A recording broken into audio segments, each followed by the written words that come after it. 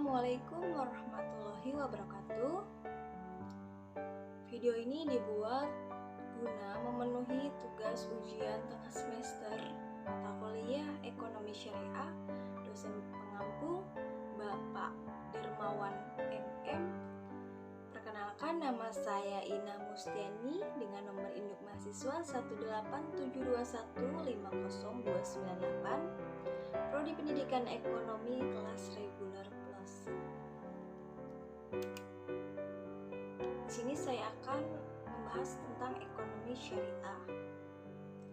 Pembahasannya adalah yang pertama, apa pengertian ekonomi syariah?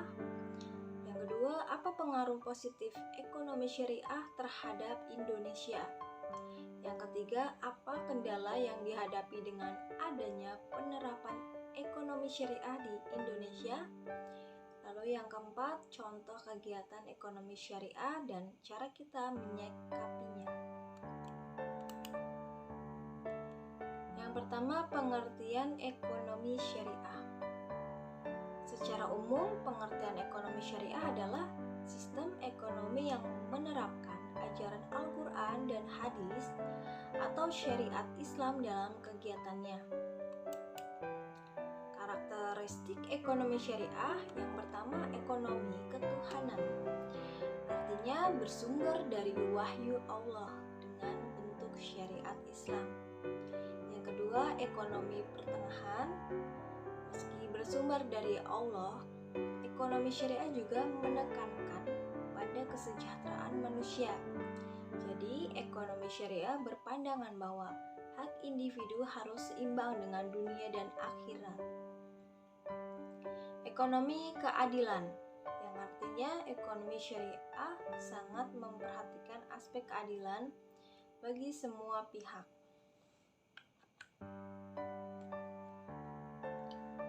Tujuan ekonomi syariah. Yang pertama, kesejahteraan ekonomi dalam kerangka norma moral Islam. Yang tujuan kedua, persaudaraan dan keadilan universal. Tujuan yang ketiga, distribusi pendapatan dan kekayaan yang merata, kebebasan individu dalam konteks kemaslahatan sosial. Lalu prinsip-prinsip ekonomi syariah. Yang pertama, membayar zakat ke orang yang membutuhkan agar roda perekonomian berputar, karena harta yang mengendap disalurkan ke orang miskin untuk menghasilkan aktivitas ekonomi yang produktif. Lalu yang kedua, melarang riba dalam kegiatannya. Misalnya, saat menyimpan atau meminjam uang di bank syariah tidak akan dikenakan bunga, sebab ekonomi syariah menganggap uang hanya bisa didapat dan mendatangkan hasil dari kegiatan sektor real. Lalu yang ketiga, bertransaksi produktif dan berbagi hasil. Ekonomi syariah sangat menjunjung keadilan dan menekankan bagi hasil dan risiko.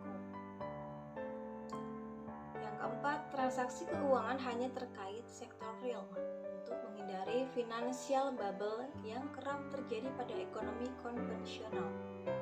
Yang kelima, partisipasi sosial untuk kepentingan publik. Hal ini sesuai dengan nilai ekonomi Islam, di mana tujuan sosial diupayakan secara maksimal dengan menyalurkan sebagian harta untuk kepentingan bersama. Lalu yang terakhir, bertransaksi atas dasar kerjasama dan keadilan untuk semua pihak. Setiap transaksi, khususnya perdagangan dan pertukaran, harus mematuhi peraturan yang telah ditetapkan syariat Islam. Lalu pengaruh positif ekonomi syariah terhadap Indonesia. Yang pertama, dampak terhadap stabilitas ekonomi adalah transaksi perbankan syariah berdasarkan pada hukum Islam. Pada transaksi ini menggunakan sistem ketersediaan barang terlebih dahulu sebelum perbankan mengeluarkan uang. Lalu positif yang kedua adalah pengaruh atau berdampak terhadap pertumbuhan, merupakan dampak selanjutnya yang dipaparkan Carney. Stabilitas yang dibangun perbankan syariah apabila pangsang pasarnya sudah cukup signifikan, besarnya tidak meredamkan kenaikan harga bila terjadi kelangkaan barang. Yang ketiga, dampak pengoperasian perbankan syariah terhadap pemerataan. Perbankan syariah saat ini beroperasi dengan menggunakan sistem bagi hasil. Kendala yang dihadapi dengan adanya penerapan ekonomi syariah di Indonesia adalah yang pertama, market share yang lebih rendah dibandingkan perbankan konvensional. Yang kedua, target permodalan yang terbatas, di mana 6 dari 14 bank syariah memiliki modal inti di bawah 2 triliun. Yang ketiga, terbatasnya kualitas SDM yang mumpuni. Menurutnya, ini menghambat upaya untuk pengembangan ekonomi dan keuangan syariah di tanah air. Yang keempat, competitiveness atau daya saing produk dan layanan keuangan syariah masih rendah. Literasi keuangan syariah yang masih rendah dibandingkan konvensional, yakni baru mencapai 8,93%. Karena masyarakat syariah kebanyakan di daerah yang aksesnya pun secara fisik sulit. Lalu contoh kegiatan ekonomi syariah. Dari pengalaman Sabto Nugroho Hadi yang berbagi pengalamannya di republika.co.id. Dia mengambil KPR rumah syariah pada tahun 2014 yang pada saat itu cicilannya Rp2.025.000. Padahal kalau bank konvensional paling di kisaran 1,6 juta. Lumayan banget kan bedanya. Perbedaan 400.000 bagi ASN yang baru memulai karir di kota yang jauh dari sanak saudara itu sangat berarti, ungkap Sabto. Mungkin bank syariah bisa sebesar itu, sementara bank-bank konvensional berani menawarkan bunga yang jauh lebih kecil. Tapi untungnya cicilan di bank syariah bisa flat. Jadi Sabto bisa nyicil dalam jumlah sama seperti setiap bulan untuk jangka waktu 15 tahun. Lumayan banget lah, meski di awal-awal cicilan mahal, tetapi di tahun-tahun berikutnya saat penghasilan meningkat sementara cicilan tetap, Sabto bisa bernapas lega dan tersenyum untung jadinya mengambil KPR di bank syariah. Megap-megap di awal tidak apa-apa, yang penting lega di pertengahan dan akhir.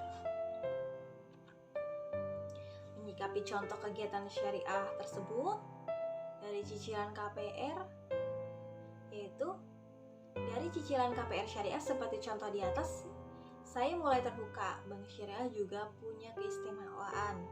Selain berusaha taat aturan agama, juga beragam kemudahan dan fasilitas yang mulai banyak ditawarkan. Apalagi semenjak ketiga bank syariah besar di merger ditawarkan. Apabila semenjak ketiga bank syariah besar di merger, pemerintah menjadi Bank Syariah Indonesia atau BSI. Nilai kapitalnya yang jauh lebih besar diharapkan mampu menghadirkan kepercayaan lebih bagi konsumen untuk bisa menabung atau meminjam uangnya di sana.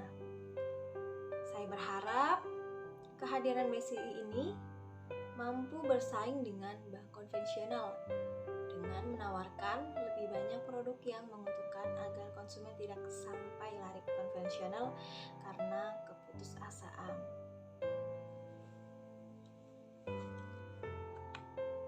Sekian, terima kasih. Assalamualaikum warahmatullahi wabarakatuh.